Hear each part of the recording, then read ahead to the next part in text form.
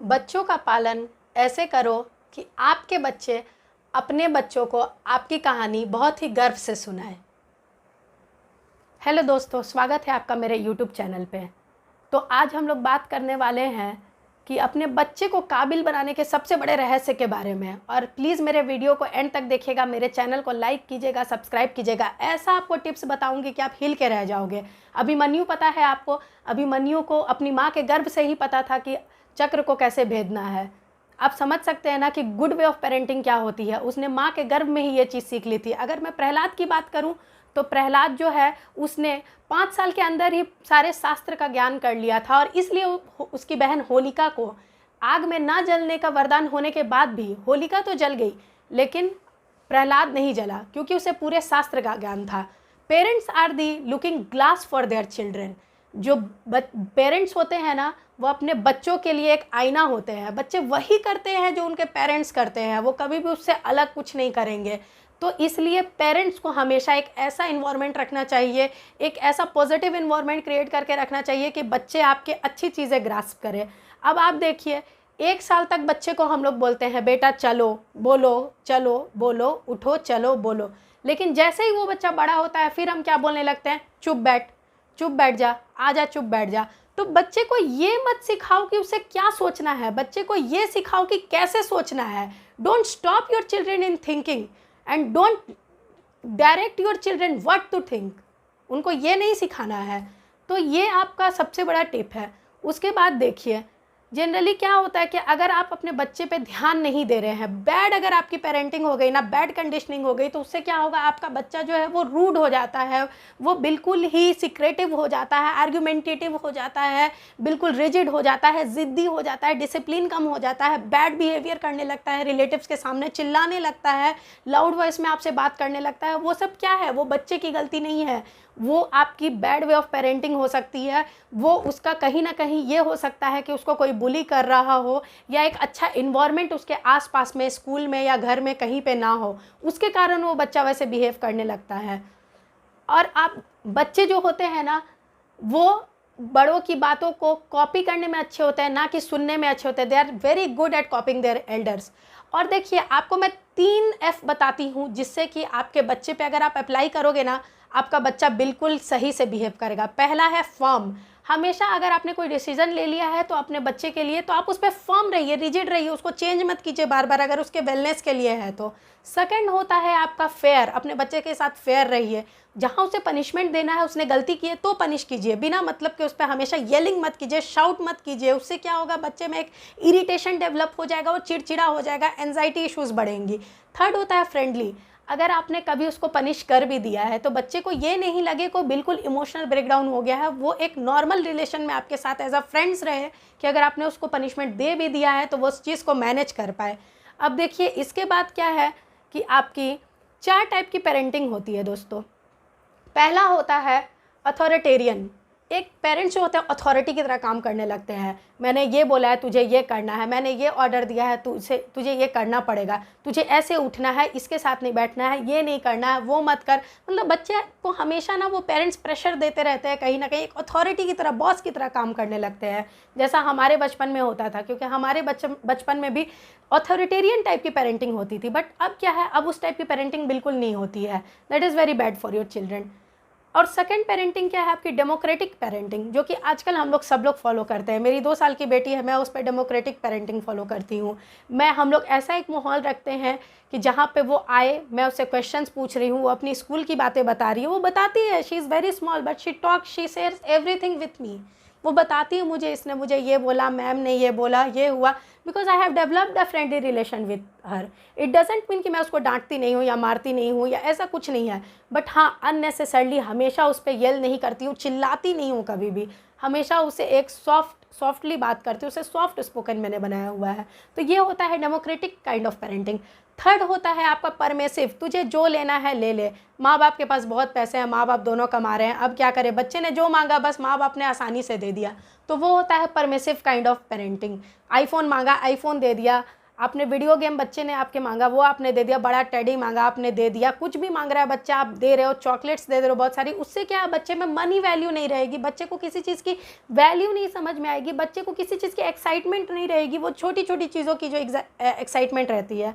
For example मैं अपनी बेटी को हर दिन चॉकलेट दे सकती हूँ, वो स्कूल से आने टाइम डेली मेरे से लॉलीपॉप मांगती है, बट मैं क्या करती हूँ उसे 2-3 दिन स्किप करके दे देती हूँ और मैं उसे बोलती हूँ अगर तुम डेली स्कूल जाओगी so I will give you a lollipop as a gift. तो वो क्या है, उसी बहाने से एज अ रिवॉर्ड मैं उस चीज़ को उसको ऑफ़र करती हूँ।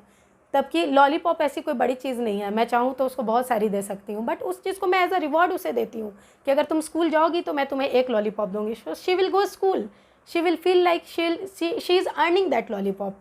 तो वो चीज़ें होती है, उस टाइप की पेरेंटिंग आपको करनी चाहिए। अब 4th टाइप की पेरेंटिंग होती है ना नेगलेक्टिव, वो ध्यान नहीं दे रहे हैं पेरेंट्स के पास टाइम ही नहीं है, या टाइम है भी तो भी अपने में बिजी है, बच्चे पे बिल्कुल ध्यान नहीं दे रहे हैं, जो मन कर रहा है तू कर। तो वो बच्चे क्या है कभी कभी बैड कंपनीज़ में चले जाते हैं, नशे करने लगते हैं, गाली गलौज करने लगते हैं, उनको कोई बुली भी कर रहा है तो वो अपने पेरेंट्स से शेयर नहीं कर पाते हैं, इंट्रोवर्ट टाइप के हो जाते हैं, और बिल्कुल कभी कभी तो एंजाइटी और डिप्रेशन भी उनमें हो जाता है।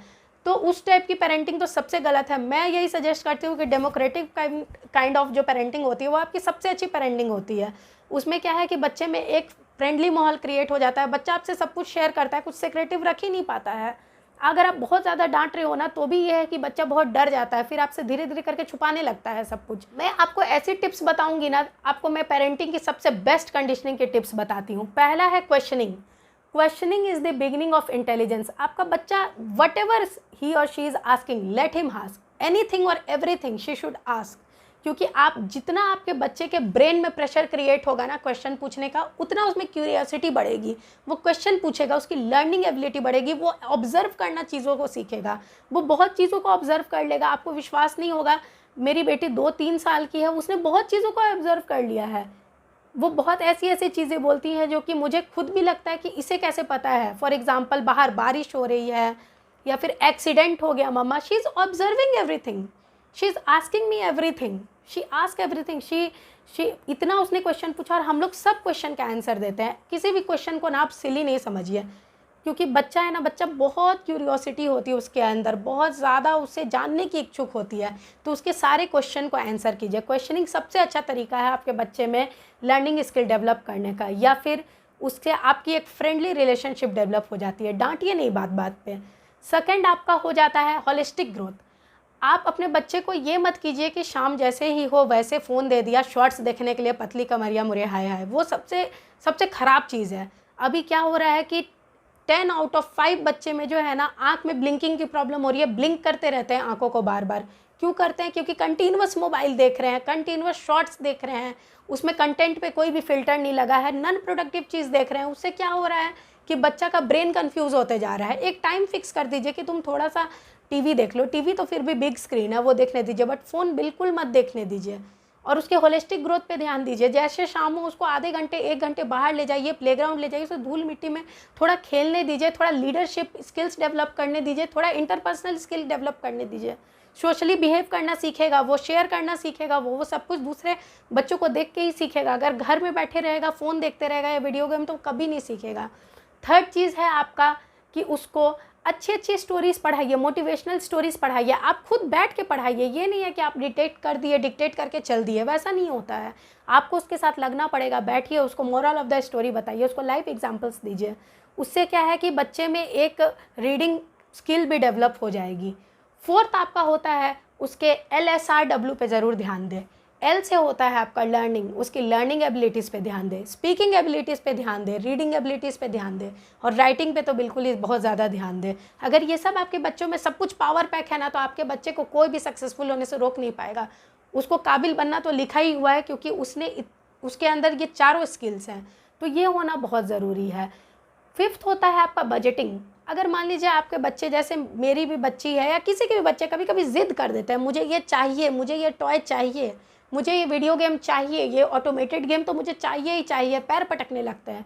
तो मेरी तो जैसे बच्ची थोड़ी छोटी है, जैसे आपके बच्चे 5-6 साल के हैं, उनको पॉकेट मनी देने लगी है। उनको बोलिए कि ठीक है, मैं तुम्हें हफ्ते में 200 रुपये दूंगी, तुम उसको कलेक्ट करो, और कलेक्ट करके तुम्हें जो भी गेम लेना है या जो भी आप अगर ऑनलाइन गेम खेल रहे हो उसमें तुम इन्वेस्ट कर सकते हो, बट वही पैसे तुम्हें मिलेंगे। You have to manage everything in that pocket money. तो उससे क्या है, बच्चे में इंटेलेक्चुअल स्किल डेवलप होगी, बच्चे में फिनेंस करना आ जाएगा, बच्चे को कैलकुलेटर की तरह बार बार ना वो सब कुछ कैलकुलेट करने लगेगा। आपको पता है मिडिल क्लास बच्चे जो होते हैं ना, उसमें ये बजटिंग की स्किल सबसे अच्छी होती है। मैं खुद मिडिल क्लास फैमिली से हूँ, मेरे में बजटिंग स्किल्स बहुत अच्छी है। अननेसेसरली पैसे खर्च करने का कभी हमारे में वो स्किल ही डेवलप नहीं हो पाया है, क्योंकि बचपन से ही हमें पता रहता था कि मम्मी 2 रुपये देगी या 5 रुपये देगी, उसी में जो भी करना है, वीडियो गेम खेलना है या पेस्ट्रीज खानी है, जो भी करनी है उसी में करनी है। तो वो क्या है कि एम्पल अगर आपको सब कुछ नहीं मिल रहा है ना, आपको मनी वैल्यू समझ में आ रहा है, फाइनेंस समझ में आ रहा है, बजटिंग समझ में आ रहा है, इंटेलेक्चुअल भी आप होते जा रहे हो, तो वो चीज़ें हैं। फोर्थ चीज़ है बच्चे को बिना मतलब के सॉरी बोलना बस मत सिखा दो, उसको डिसिप्लिन सिखाओ, उसको डिसिप्लिन की स्टोरीज सुनाओ। ये नहीं है कि उसने कोई गलती कर दी तो एकदम प्रेशर दे दो, तू सॉरी बोल, तुझे सॉरी बोलना पड़ेगा, ऐसा नहीं होता है। बच्चे को सॉरी फील करना पड़ता है, तब अगर वो सॉरी बोल रहा है तो ठीक है। जस्ट फॉर द सेक कि वो सॉरी बोल के और अपने गलती से निकल जाए, वो सॉरी इज़ नॉट मीनिंगफुल। तो आपको जो है फ्रूट्स पे नहीं, आपको रूट्स पे ध्यान देना। अपने बच्चे के रूट्स को ठीक करो, फ्रूट तो फिर आ ही जाएंगे। इंटेंट पे ध्यान दो, कंटेंट पे ध्यान नहीं दो।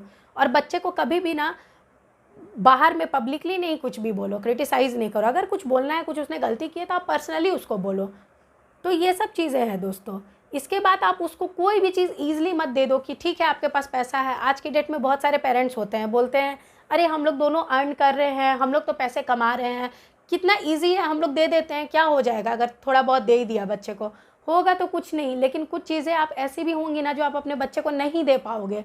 कभी ना कभी तो आपको उसको नो बोलना है, आपको डिनाई करना है। तो please make them a habit to listen to no. Deny करना उनको सिखा दीजिए। उनको हमेशा ये मत सिखाइए कि हाँ है, सब कुछ जो मांग रहे हैं उससे पहले मिल जा रहा है। एक तो उनकी वो मासूमियत भी ख़त्म हो जाएगी, उनके अंदर जो एक्साइटमेंट होती है छोटी छोटी चीज़ों की वो ख़त्म हो जाएगी। उस बच्चे के अंदर किसी चीज़ की वैल्यू नहीं रह जाएगी। तो इस चीज़ का ध्यान रखें। डिसिप्लिन की स्टोरीज़ उसको बताएं, रूटीन ज़रूर फॉलो करें। रूटीन बहुत ज़रूरी है फॉलो करना। नहीं है, ये नहीं है कि वर्क फ्रॉम होम है तो मैं भी सो रही हूँ या मैं भी सो रहा हूँ, बच्चा भी सो रहा है आराम से 10 बजे तक, ऐसा नहीं होना चाहिए। बच्चे को एक रूटीन पे रखिए कि इस टाइम पे उठे, इस टाइम पे नहा ले, इस टाइम पे ब्रेकफास्ट हो, खा ले खाना, फिर वो अपना जो भी सो के उठे और जो भी स्पोर्ट्स एक्टिविटी में वो जाना चाहता है जाए। और सबसे इम्पॉर्टेंट है कि आप अपने बच्चों के ना इंटरेस्ट को आइडेंटिफाई करें, उसे किस चीज़ में इंटरेस्ट है। कोई बच्चा होगा, हो सकता है उसे ड्राइंग में इंटरेस्ट हो, कोई बच्चा हो सकता है उसे स्पोर्ट्स में इंटरेस्ट हो, वो बार बार खेलने के लिए भाग जाता है। तो उस गोल को पकड़ के उस बच्चे को नर्चर करें, उस चीज़ को उसे सिखाएं, उस चीज़ पे उसके फोकस करें। अगर उसको कहीं कोचिंग लगानी है, ट्रेनिंग लगानी है, वो लगाए, उस चीज़ को पॉलिश करें। क्योंकि बच्चा एक मिट्टी की तरह होता है, आप उसको जैसा शेप दोगे वो वैसा शेप ले लेगा। और पता है आपको मोस्ट क्रूशियल टाइम बच्चे का होता है 2 to 5 ईयर्स। बच्चे को जो भी सीखना है ना वो 2 से 5 साल के उम्र में सीख लेता है, उसके बाद वो कुछ नहीं सीखता है। उसके बाद वो बस पढ़ाई और उस इन्वायरमेंट में चला जाता है जहाँ उसे चीज़ें लर्न करनी है। बट एक जो लाइफ जीने का है, to be a good human being, ये तो एक लेसन है ना, ये उसे 2 से 5 साल में ही ये लर्निंग डेवलप होती है। तो इन सब चीज़ों का ज़रूर ध्यान रखें। देखिए पेरेंटिंग ये नहीं होता है दोस्तों, इट्स नॉट अबाउट मदर और फादर, इट्स अबाउट पेरेंटिंग। ऐसा नहीं है कि सिर्फ मदर बस बच्चे पे ध्यान दे या फादर ध्यान दे, दोनों को मिल के ध्यान देना है। इनकेस कभी कोई आपसी डिस्प्यूट भी हो जाता है, कोई बहस भी हो जाती है माँ बाप में, तो उस सब चीज़ों को डिसॉल्व कर दे, क्योंकि आपके बच्चे पे बहुत ज़्यादा असर पड़ेगा। और आप उन सब चीज़ों को डिसॉल्व करके और अपने बच्चे के ग्रोथ पे ध्यान दें। क्योंकि अगर हेल्दी इन्वायरमेंट है और अगर फ्रेंडली इन्वायरमेंट है, हैप्पीनेस है, पेरेंट्स के बीच में प्यार से रह रहे हैं दोनों लोग, तो बच्चे में डेफिनेटली वो क्वालिटीज़ आएंगी, बच्चा भी खुश रहेगा, अच्छे से बिहेव करेगा। तो दोस्तों प्लीज़ बताइएगा मेरा वीडियो आपको कैसा लगा, और प्लीज़ मेरे चैनल को लाइक और सब्सक्राइब कीजिएगा अगर अच्छा लगा कंटेंट आपको तो। और जो भी आपको अगले जो भी टॉपिक के बारे में आपको वीडियो चाहिए मुझे कमेंट करके बताइएगा, मैं उसके लिए ज़रूर वीडियो बनाऊंगी। जय हिंद दोस्तों।